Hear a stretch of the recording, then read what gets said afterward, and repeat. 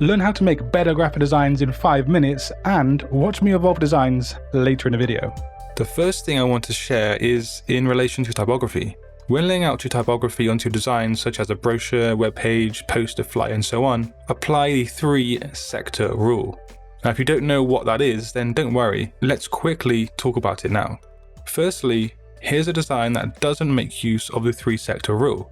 The typography is bland and the design is clearly lacking something. So let's go ahead and change that right now.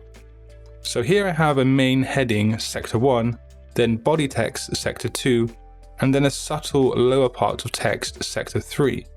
Basically, we're using hierarchy here, but when you actively think about it in 3 different sectors, the design comes together nicely and easily. The other variation starts with a heading, sector 1, then a subheading, sector 2, and then a body text, sector 3. You'll be surprised at how much difference this can actually make visually speaking on your designs. Next up, something else in relation to text or typography. Often, designers will just lay out text over a background color or background image. That's often fine, but instead try adding shapes behind certain areas of your text, such as rectangles or squares. Now you can use solid color shapes, ones with lowered opacities, or experiment with blend modes. This makes a design more interesting and can help with the emphasis or hierarchy. It also can help the legibility of text, because sometimes the background image might hinder the reading experience of the viewer. Now I might argue that this next tip could possibly be the most important one in today's video, apart from maybe tip number 7. But this tip asks you to think about who will be seeing your designs and where are they going to be seen. Now if you really think about the type of person who you're designing for, then you might actually totally change the way you look at your design yourself. Also, where is it going to be seen? If the design is going to be shown on a billboard on the side of a road, then your approach will be very different to a design that's going to be in a company brochure. Now why, you might ask? Well, people driving past a billboard will have a couple of seconds at the very most to see your design, and that's opposed to someone actively looking through a brochure. So think about who will see it and also the context of the design. One thing that people often overlook is the power of relevant imagery. If you use some kind of graphic image that is relevant to the message you want to convey, the overall design and its message will be a lot stronger. For example, if you're designing something for a healthy food product, then showing something like vibrant healthy vegetables, a healthy person smiling, or simply the food product itself will really help your design resonate with the audience in a profound way. So try to use relevant imagery in combination with text and other design assets to propel your design's effectiveness. The next one is a classic hack that almost always improves a design. I'm sure a lot of people who watch today's video already use this one, but I have to include it into today's video because it's such a powerful technique. It's all about contrasting font pairs. Now, does that ring any bells? So things like the use of serif and sans serif fonts, bold and thin, lowercase and uppercase, and so on. You can make things appear visually more professional by using contrasting typography, and it can be a way to make use of hierarchy too. Now, before you even start designing, how about deciding on a strong color palette? Think about your audience, who's going to be viewing it, and what you want them to feel. When you factor in color psychology and you establish in your mind the color palette, you're then more decisive about the design as a whole. Often the color palette is a lot like the glue to a design that unites everything together in a neat and professional way. So yeah, just try and decide on the color palette before you actually design anything.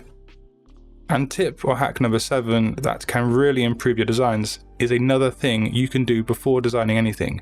Try and sketch out your ideas first. And I feel like less and less designers are doing this these days, but it's something that can help so much with your work. It doesn't have to be with a pen or pencil on paper. It can be on a drawing tablet or something like that. But if you sketch down your ideas, you will likely notice how easily your creativity flourishes. So now you've seen those 7 crucial tips, it's now time to put those tips into practice on real designs. So let's go. So here's an events poster, and obviously, yeah, it's not finished at all, is it? So let's consider some of the 7 rules that we just looked at in today's video. What would you begin to do on this very design? So we can begin by starting to consider the typography in terms of the 3-sector rule. So we have the main title section, the secondary section, and then finally the third section found here. Also, the keen and the eagle-eyed designers out there watching this video right now, you would have noticed I've removed some of the unnecessary clutter, and that mainly consisted of random graphics that just distracted away from the main information. So one of my favorite rules that we explored in today's video is using a block shape color. Now this is one of the best ways to highlight information and allow it to be fully legible when we actually come to add other aspects of the design later. I'm thinking down here at the bottom is the best location for this block color, and when we place a typography over the top of it, things begin to make more sense on this design. I've also aligned the typography centrally at the top and the bottom. I often run with a left justified typography, as you can see in the purple section, but sometimes other areas do command a central alignment. Then we need to finish this thing off with one of the rules we looked at, and that is relevant imagery. So this is an events poster for photographers, so we can express the notion of a meetup event and photography with this warm and relevant image fitting the bill perfectly. So, considering these quick and simple steps of applying 3 of the rules we just looked at earlier, this design has come together really neatly. But now let's redesign a website, one that looks utterly cliche and just way out of touch. Does it really and truly embody the essence of modern and innovative architecture? Or is it just another one of those 2D illustration kind of designs that we've seen many times before, in fact millions of times before? Perhaps camping, perhaps gaming, client management, and hey, enjoy your holidays. And of course, so on. And to start off, I've actually stripped down the design to its bare essentials, basically just leaving the menu bar. Now I like the idea of having the main focus on the right and then the text content over on the left. And let's really emphasize the modern architecture vibe with some bold imagery. I think also having a dark overlay would work pretty well here. So the design should scream innovation, it should have freshness, a new sense of ideas in architecture. And that's because that is the message of the design. And I do have a cunning plan just for that.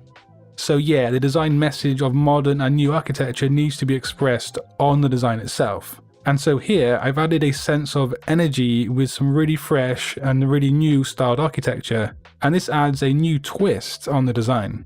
It just makes it that much more interesting. I've also gone ahead and included the word innovation, which further pursues the feeling of new and modern. And so here you can see I've started to incorporate the color scheme, which is in fact grayscale with a hint of vibrant, energetic lime green to accent the grayscale. But you'll notice that the typography on the left has now been added. I feel like the heading font choice is more modern than the original one, and this makes it more relevant to the design message compared to the other one. The original was just like a cookie cutter and boring design solution. However, at this stage, I'm not happy with the placing of the word innovation, and I also don't like the space and layout on the left. And so playing around with layouts and imagery of modern architecture, imagery that falls in line with my color scheme, I think this solves a lot of problems. Set next to the original design, to me anyway, it's really obvious that one design has character, uniqueness, and a modern energy that expresses the message of the design. I also really like how the pointed architecture here leads up to the message of innovation, and that does lead the viewer's eye in one direction. Not bad for 45 minutes of work. But if you want to keep pursuing your education as a graphic designer, just click that video on screen because you will not be disappointed. And until next time guys, design your future today. Peace.